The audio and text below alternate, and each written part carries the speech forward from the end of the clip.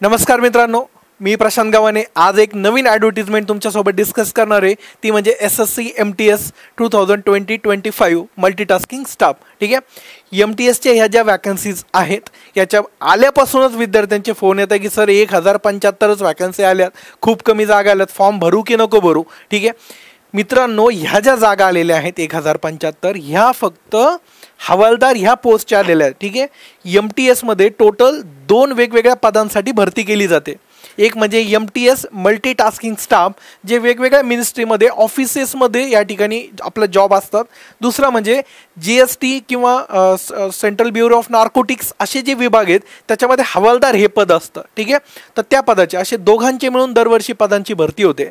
SSCची चूक काय झाली माहिती का, दरवर्षी SSC काय करतं, वेगवेगळ्या डिपार्टमेंटला वॅकन्सीसाठी त्या ठिकाणी मागतं वॅकन्सी किती आहे तुम्ही सांगा, रिपोर्ट करा आणि मग नोटिफिकेशन काढतं. यावर्षी त्यांनी उलटं केलं, आधी नोटिफिकेशन रिलीज केले, अजून त्यांनी डिपार्टमेंटकडनं वॅकन्सी मागवलेले नाही आहेत. त्या कारणाने ह्या वॅकन्सी कमी दिसतं. त्यामुळे तुमचा जो पहिला डाऊट आहे की वॅकन्सी 1075च आहे, फॉर्म भरू की नको, बिलकुल चुकी करायची नाही आहे, फॉर्म भरून टाकायचं आहे. मागे बघा एक ॲडव्हर्टिजमेंट आली होती SSC स्टेनोग्राफर, एक 10-12 दिवसापूर्वीची गोष्ट. त्यावेळेस आपण व्हिडिओ बनवला होता. 261 जागा होत्या. विद्यार्थ्यांच्या कमेंट येत होत्या सर इतक्या कमी जागा आहे, फॉर्म भरून काय करायचं. त्या व्हिडिओमध्ये मी क्लिअरली सांगितलं होतं मित्रांनो, फॉर्म भरा, जागा वाढणार आहेत. 2000 जागा दरवर्षी असतील, यावर्षी देखील जागा वाढणार आहेत. 8 दिवसातच लगेच त्या ठिकाणी त्याचं क्लॅरिफिकेशन किंवा नवीन वॅकन्सी SSCने रिपोर्ट केल्या, त्या म्हणजे 1590. SSCच्या ज्या जागा 261 होत्या त्या 1590 झाल्या. मी अजून देखील सांगतो, ज्यावेळेस फायनल रिझल्ट लागणार असतो त्यावेळेस फायनल वॅकन्सी येतात, त्यामध्ये अजून या वॅकन्सी वाढलेल्या असतील. तसंच काहीतरी MTS सोबत होणार आहे. सध्या जरी हवालदारच्या 1075 जागा असतील तरी देखील ह्या जागा 100% वाढणार आहे. 6 ते 7 हजार जागा होतील तुमच्या MTSच्या आणि 1,500 ते 2,000च्या आसपास जागा होतील तुमच्या हवालदारच्या. अशा 8,000च्या आसपास जागा ह्या MTSच्या असणार आहेत. त्यामुळं व्हिडिओ नक्की बघा. त्याच्यासोबतच आणखीन एक महत्त्वाचा चेंज त्यांनी ह्यावर्षी केला आहे, ते म्हणजे पोस्ट प्रेफरन्स भरायचे तुम्हाला GSTचे, त्यानंतर बाकीच्या गोष्टींचे. MTS हवालदार वेगवेगळ्या डिपार्टमेंटमध्ये वेगवेगळ्या स्टेटमध्ये तुम्हाला वॅकन्सीज नुसार भरायचे आहेत पोस्ट प्रेफरन्स. ते कसे महाराष्ट्रातील विद्यार्थ्यांनी कसे भरायचे आहेत, कुठल्या आधी टाकायचे, तर त्याबद्दल मी डिटेल सगळी माहिती सांगणार आहे. त्यामुळे नोटिफिकेशनचा व्हिडिओ पूर्ण बघायचा आहे. ठीक आहे, चला तर मित्रांनो व्हिडिओ स्टार्ट करूयात. ओके, तत्पूर्वी बघा, ज्या विद्यार्थ्यांना या ठिकाणी SSCची फुल टाईम तयारी करायची आहे, योग्यरित्या तयारी करायची आहे, महाराष्ट्रातील बेस्ट टीमसोबत तयारी करायची आहे, तर 26 जूनपासून आपली या ठिकाणी ऑफलाईन बॅच छत्रपती संभाजीनगर येथे स्टार्ट झाली आहे.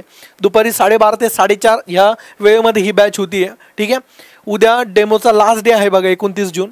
त्यानंतर सोबतच ज्या विद्यार्थ्यांना संभाजीनगर इथे येणं शक्य नाही आहे त्यांच्यासाठी ऑनलाईन बॅच देखील अवेलेबल आहे. ठीक आहे, ही देखील आज याचा डेमो ह्याच चॅनलवरती तुम्ही यांचे डेमो बघू शकता. ठीक आहे, मंडेपासून मात्र हे जे लेक्चर्स आहेत हे आपले संकल्प 247 ह्या ॲपवरती तुम्हाला बघायला मिळतील. ठीक आहे, ओके बघा, ॲडव्हर्टिजमेंटकडे येऊयात. ॲडव्हर्टिजमेंट बघा, 26 या ठिकाणी 26 तारखेला म्हणजे परवा ॲडव्हर्टिजमेंट आली आहे.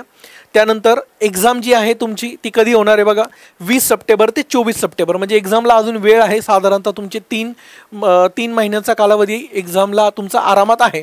ठीक आहे, त्यानंतर लास्ट डेट काय आहे, 24 जुलै. ठीक आहे, 24 जुलै लास्ट डेट असेल.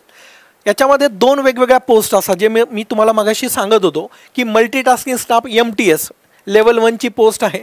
तर सेंट्रल गव्हर्नमेंटमध्ये वेगवेगळ्या मिनिस्ट्री डिपार्टमेंट ऑफिसेसमध्ये हे MTS यांचं वर्क असतं. यांचं वर्क काय असतं, बऱ्याच जणांना वाटतं सर MTS म्हणजे टॉयलेट साफ करून घेतील का, बिलकुल नाही. बाथरूम साफ करून घेतील का, बिलकुल नाही. ते वर्क नसतं, क्लिरिकल वर्क असतं मित्रांनो. ठीक आहे, झेरॉक्स काढणं, फायलिंग वगैरे प्रॉपर करणं, ठीक आहे, ड्राफ्टिंग वगैरे करणं. त्यानंतर काही ठिकाणी जर तुमचं स्किल चांगलं असलं, काही ऑफिसेसमध्ये क्लिरिकल वर्क पण दिलं जातं तुम्हाला, कारण की ग्रुप Cची पोस्ट आहे, ग्रुप Dची नाही आहे. ठीक आहे, त्याच्यामुळे हे तर क्लिअर तुम्हाला सांगतो.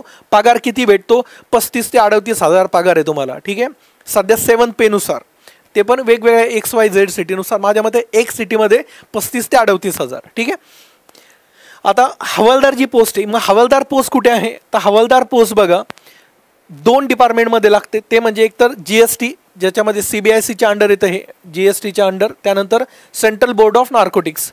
Central bureau of narcotics CBN, ठीक आहे. या 2 डिपार्टमेंटमध्ये जे MTS असतात त्यांना हवालदार म्हणतात, एवढाच फरक आहे फक्त, एक लक्षात ठेवा, ठीक आहे. त्यानंतर पुढे जसं मी वॅकन्सीजबद्दल तुम्हाला क्लेरिफिकेशन ऑलरेडी दिलं आहे की हे बघा इथं काय सांगितलं, MTSच्या वॅकन्सीज बिंग कलेक्टेड, ठीक आहे. वॅकन्सीज कलेक्ट होणार आहेत आणि या वॅकन्सी 6 ते 7,000 येतील, हमखास येतील, व्हिडिओ सेव्ह करून ठेवा, ठीक आहे. त्यानंतर CBICमध्ये 1075 ह्या पण जागा वाढून तुमच्या 2,000 ते 2,500 होतील 100%, ठीक आहे. त्याच्याबद्दल काहीच शंका नाही आहे. त्यानंतर एज लिमिट काय आहे, एज लिमिटबद्दल चर्चा करूयात, ठीक आहे. तर एक एज लिमिट कधी काउंट होणार आहे, कधीपर्यंत तुमचं एज बघायचं आहे, 1 ऑगस्ट 2025 पर्यंत तुमचं जे वय आहे MTS पदासाठी 18 ते 25 आणि हवालदार पदासाठी 18 ते 27, ठीक आहे. या वयोगटात तुम्ही बसत असाल जनरल आणि EWS कॅटेगरी तर तुम्ही फॉर्म भरू शकता. याच्यासोबतच एज रिलॅक्सेशन पण आहे, ठीक आहे. SC ST OBC PWD ह्या कॅटेगरीसाठी एज रिलॅक्सेशन तुम्ही या ठिकाणी बघू शकता. SC ST साठी 5 वर्ष, OBC साठी 3 वर्ष आणि बाकी वेगवेगळ्या कॅटेगरीसाठी या ठिकाणी दिलेलं आहे, ठीक आहे. त्यासोबतच सगळ्यात महत्त्वाचं 10वी, बरेच जण DV मध्ये त्या ठिकाणी त्यांना बाहेर काढलं जातं, ठीक आहे.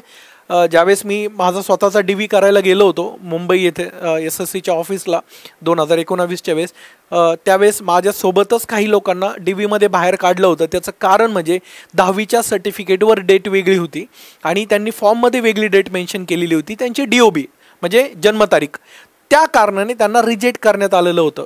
लक्षात घ्या, खूप महत्त्वाची गोष्ट सांगतोय तुम्हाला की तुम्ही ज्यावेळेस फॉर्म भरताय तर तुमची जी डेट आहे ती तुमच्या मॅट्रिक्युलेशन सर्टिफिकेटवर जी डेट आहे तीच डेट तुमच्या सगळ्या डॉक्युमेंटवर असली पाहिजे, SSCच्या फॉर्मवर असली पाहिजे, ठीक आहे. तर हा एक महत्त्वाचा पॉईंट सांगायचा होता. यासोबतच एक्झाम पॅटर्न काय, एक्झाम पॅटर्नमध्ये बघा याच्यामध्ये 2 वेगवेगळ्या पोस्ट आहेत, MTS आणि जी दुसरी जी आहे हवालदार. तर MTS साठी आणि हवालदारसाठी पेपर 1 दोघांसाठी कंपल्सरी आहे का पेपर तुम्हाला द्यायचा आहे. पेपरमध्ये काय काय आहे, रिटर्न पेपरमध्ये मॅथ्स आहे, रिझनिंग आहे, 20 क्वेश्चन्स, एक क्वेश्चन 3 मार्क, 60 मार्क्ससाठी, 45 मिनिटं कालावधी असेल यासाठी. त्यानंतर सेशन 2 मध्ये GK आहे, इंग्लिश आहे, 25 क्वेश्चन, एक क्वेश्चन 3 मार्कला म्हणजे 75 या ठिकाणी, ठीक आहे. निगेटिव्ह मार्किंग 1/3 आहे आणि सेक्शन 1ला निगेटिव्ह मार्किंग नाही. का बरं सेक्शन 1ला निगेटिव्ह मार्किंग नाही, त्याचं कारण असं की सेक्शन 1 आहे क्वालिफाईंग, ठीक आहे. तर ही गोष्ट एक लक्षात ठेवा, तुमचा हा जो सेक्शन 1 आहे हा सेशन 1 मध्ये जे होणार आहे हे काय तुमचं क्वालिफाईंग आहे, हे फक्त क्वालिफाईंग आहे. याच्यात फक्त क्वालिफाय व्हायचं आहे तुम्हाला, याचे मार्क पकडले नाही जाणार. मार्क फक्त सेशन 1 आणि सेशन 2 म्हणजे GK, जनरल अवेअरनेस आणि इंग्लिश, फक्त याचेच मार्क 75 150 मार्क तुमचे या ठिकाणी फायनल मेरिटमध्ये राहतील आणि ह्या 150 मार्कपैकी तुमचे या ठिकाणी मेरिट होणार आहे, ठीक आहे. त्यामुळं हे इथं ज्या मुलांना मॅथ्स डिफिकल्ट जातं त्यांच्यासाठी सुवर्ण संधीचे असं मी म्हणेल, ठीक आहे. चला पुढे जाऊयात.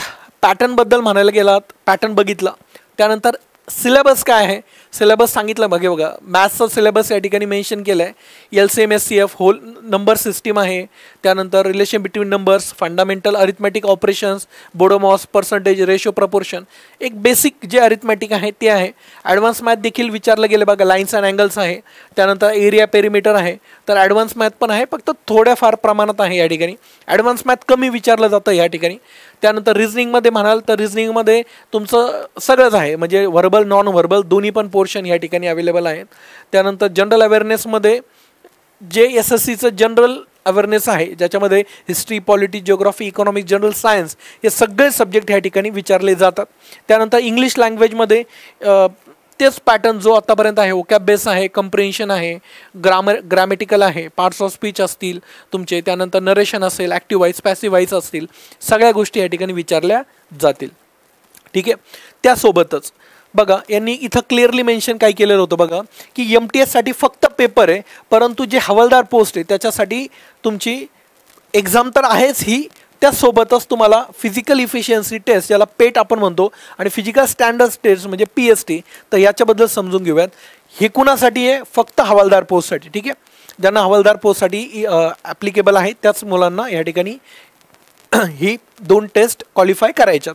PET मध्ये काय आहे, PET म्हणजे फिजिकल इफिशियन्सी टेस्ट, तुम्ही इफिशियंट आहात का, हवालदारची पोस्ट आहे, ठीक आहे. GST डिपार्टमेंट आहे, तुम्हाला रेड मारायला जसे GSTच्या रेड असतात त्या रेडमध्ये तुम्हाला जावं लागेल त्यांच्यासोबत, ठीक आहे. काही काय सांगता येतं, पळायची वेळ लागली, काही पण होऊ शकतं ना. सेंट्रल ब्युरो ऑफ नार्कोटिक्स आहे, एक पोलीस डिपार्टमेंट आहे, नार्कोटिक्स म्हणजे एक पोलीस डिपार्टमेंट आहे, त्या ठिकाणी देखील तुमची गरज लागू शकते पाळण्याची. कस्टम डिपार्टमेंट आहे, तिथं देखील तुमची पाळण्याची गरज लागू शकते कदाचित. त्याच्यामुळे त्यांनी वॉकिंग ठेवलं आहे. किती आहे तर वॉकिंग आहे या ठिकाणी 1600 मीटर 15 मिनिटामध्ये मेलसाठी, फिमेलसाठी 1 किलोमीटर 20 मिनिटामध्ये, ठीक आहे. त्यांचं म्हणणं इथं तुम्ही फिजिकली फिट असले पाहिजे. असं नाही की तुमच्या समोर काही गोष्ट घडती आणि तो जर पळायला लागला तर तुम्ही बसून घेतलं एका जागेवर, तसं काही होऊ नये, ठीक आहे. त्यानंतर फिजिकल स्टँडर्ड, एक स्टँडर्ड मेंटेन असलं पाहिजे फिजिकलमध्ये पण. त्याच्यामध्ये मेलसाठी हाईट सांगितली 157.5 सेंटीमीटर. त्यानंतर चेस्ट तुमची असली पाहिजे 81 सेंटीमीटर, फुली एक्सपांड करू, एकदम फुगून तुमची चेस्ट झाली पाहिजे 81. त्यानंतर फिमेलसाठी हाईट असली पाहिजे 152 सेंटीमीटर मुलींसाठी. आणि वेट असलं पाहिजे, बघा मुलांसाठी वेटचं क्रायटेरिया नाही आहे पण मुलींसाठी आहे. काही काही मुली खूपच लुकड्या असतात तर त्यांचं म्हणणं आहे की कमीत कमी 48 किलोग्रॅम तुमचं वेट मिनिमम असलं पाहिजे मुलींसाठी, ठीक आहे. आणि बाकी इथं त्या ठिकाणी रिलॅक्सेशन पण आहे हाईटचं, ते तुम्ही चेक करू शकता. काही वेगवेगळ्या आसामीज, गोरखा त्यांची हाईट मुळातच कमी असते त्यांच्यासाठी, ठीक आहे. त्यानंतर अजून एक महत्त्वाचा मुद्दा तो म्हणजे फॉर्म भरताना तुम्हाला जे SC ST कॅटेगरीचे स्टुडंट आहे, OBC कॅटेगरीचे स्टुडंट आहे, EWS कॅटेगरीचे स्टुडंट आहे, त्यांच्यासाठी खूप महत्त्वाची गोष्ट सांगतो बघा. त्यांचे जे सर्टिफिकेट्स आहेत, ठीक आहे, ते सर्टिफिकेट कुठल्या डेटचे असले पाहिजे किंवा कुठली डेट त्यांच्यासाठी इम्पॉर्टंट आहे, क्रुशियल डेट, ती म्हणजे लास्ट डेट. फॉर्म भरण्याची जी लास्ट डेट आहे त्या डेटला ते पर्टिक्युलर कॅटेगरीमध्ये फॉल झाले पाहिजेत. म्हणजे त्यांचं जे सर्टिफिकेट आहे, सपोज OBCचा एखादा विद्यार्थी आहे, उदाहरण देतो मी तुम्हाला, OBCचं जे सेंट्रल OBCचं सर्टिफिकेट आहे त्याची व्हॅलिडिटी असते 3 वर्ष सेंट्रल OBCची. त्या विद्यार्थ्याने जर मागच्या वर्षी काढलेलं असेल तर त्याची व्हॅलिडिटी पुढे अजून 2 वर्ष राहणार आहे, त्याचे मागचं वर्ष, हे वर्ष आणि याच्यानंतरचं वर्ष, ठीक आहे. तर त्याला नवीन काढण्याची गरज नाही. पण एखादा OBCचा विद्यार्थी आहे, तो 2018-20ला त्याने काढलं आहे, 3 वर्ष त्याचे होऊन गेलेत, त्याला मात्र नवीन या ठिकाणी सर्टिफिकेट काढावं लागेल आणि ते ह्या डेटच्या अगोदर असलं पाहिजे असं त्यांनी मेन्शन केलं आहे. आणि same for SC ST and other category. आणि जे EWS आहेत त्यांच्यासाठी देखील बघा त्यांनी क्लिअरली मेन्शन केलं आहे, EWSच्या विद्यार्थ्यांसाठी तुमचं जे इन्कम सर्टिफिकेट आहे ते कधीच असलं पाहिजे तर बघा 24-25चं तुमचं इन्कम सर्टिफिकेट असलं पाहिजे, ठीक आहे. ते निघेल भले की 25-26मध्ये, परंतु तुमचा इन्कम कधीचा बघितला जाईल 2024-2025 EWS साठी, ठीक आहे.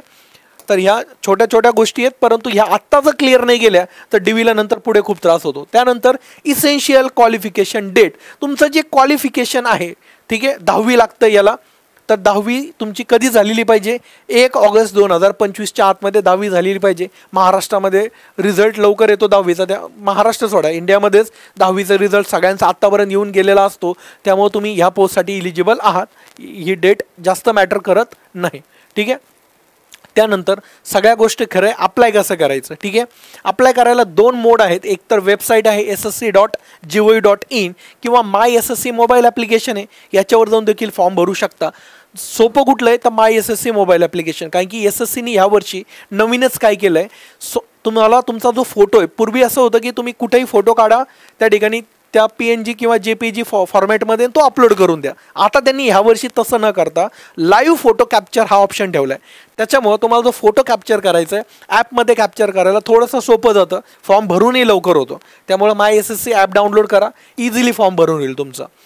यदा कदाचित, हे बघा फॉर्म चुकवू नका, पण यदा कदाचित फॉर्म चुकलाच भरताना तर परत SSC 2 संधी देते. किती? 2 खून माप, तशी 2 संधी भेटते तुम्हाला. परंतु त्या पहिल्या संधीमध्ये म्हणजे जर पहिल्या वेळेस तुम्ही चुकलाय आणि तो पहिल्या वेळेस करेक्ट करताय तर तुम्हाला 200 रुपये भरावे लागतील. आणि काही जण बहादर असतात, तो देखील फॉर्म चुकवतात, तर त्याला पुढच्या वेळेस 500 रुपये भरावे लागतील. मग मुली म्हणतील की सर आम्हाला तर फीज नाही, मग आम्हाला पण या ठिकाणी पैसे भरावे लागतील का?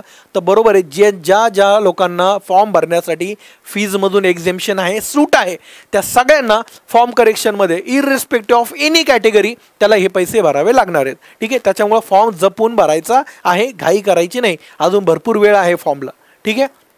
त्यानंतर फीज किती आहे तर ते सांगतो, फीवरच यायचं होतं मला. 100 रुपये फीज आहे, ठीक आहे.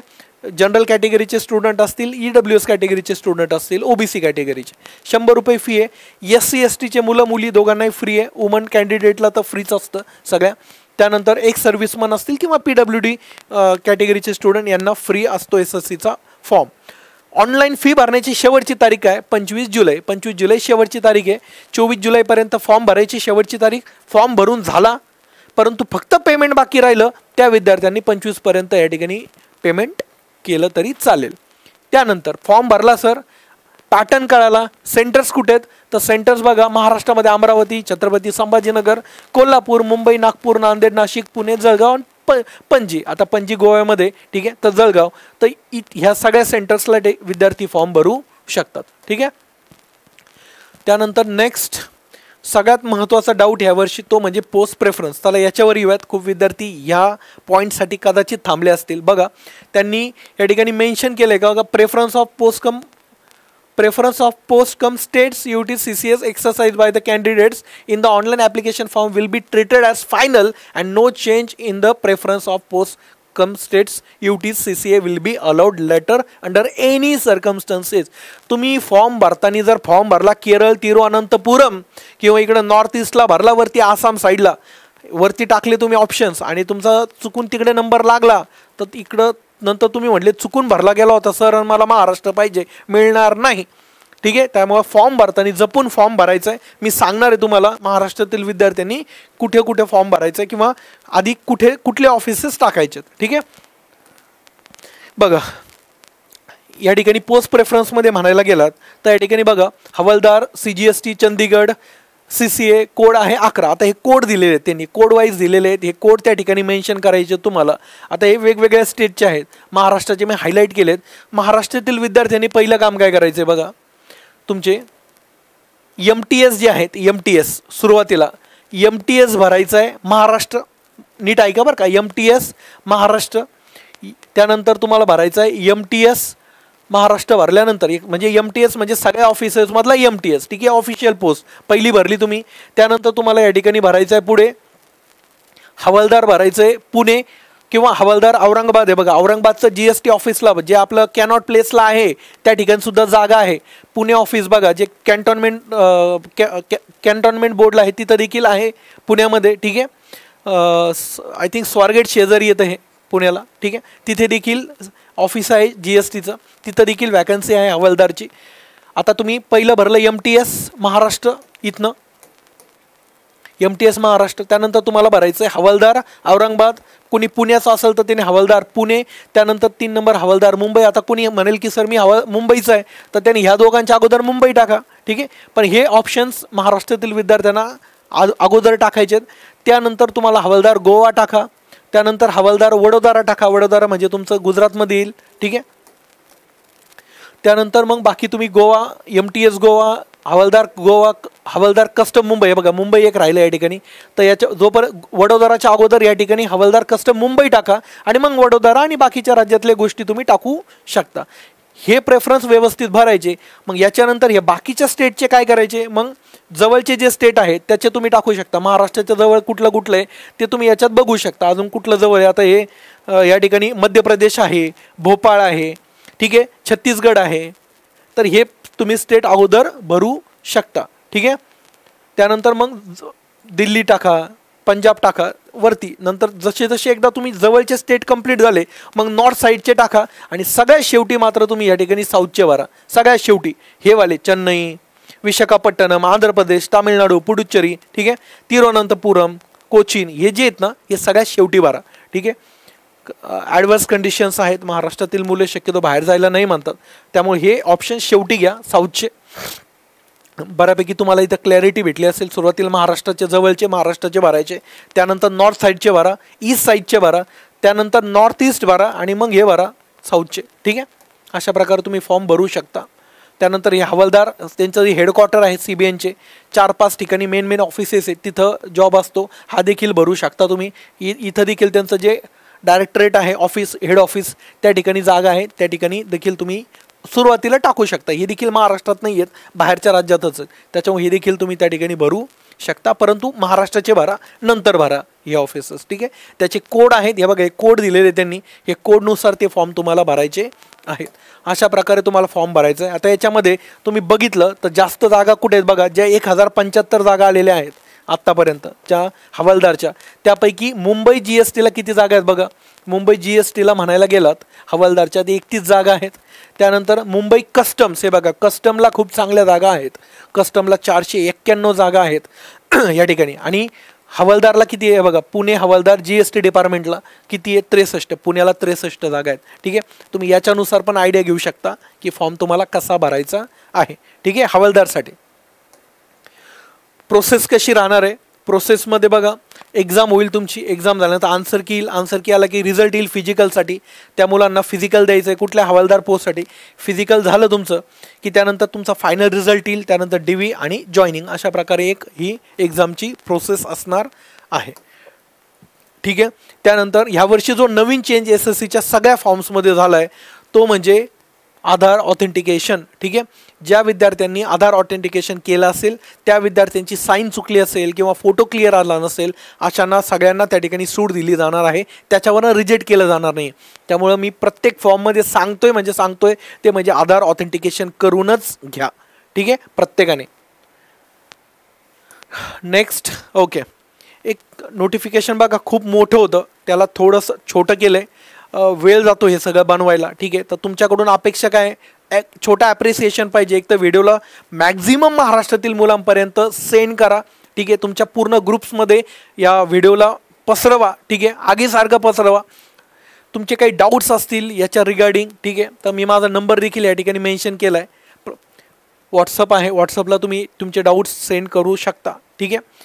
महाराष्ट्रातील विद्यार्थ्यांनी जास्तीत जास्त हे फॉर्म भरावेत एवढीच आमची इच्छा आहे, ठीक आहे. याची तयारी करून घेण्यासाठी आम्ही आहोत.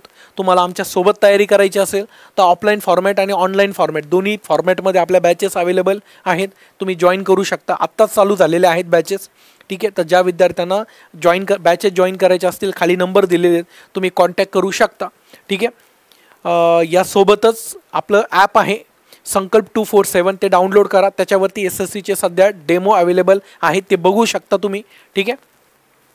बाकी अजून तर काही शंका असतील तुमच्या या रिलेटेड फॉर्मचे रिलेटेड तर कमेंट सेक्शनमध्ये नक्की सांगा. आणि हे जे सगळे व्हिडिओ आम्ही बनवतोय, ठीक आहे, हे तुम्हाला चांगले वाटत आहे का या रिलेटेड पण तुम्ही कमेंट करू शकता, ठीक आहे. चला तर मित्रांनो, भेटूयात आपण आपल्या पुढच्या व्हिडिओमध्ये. धन्यवाद.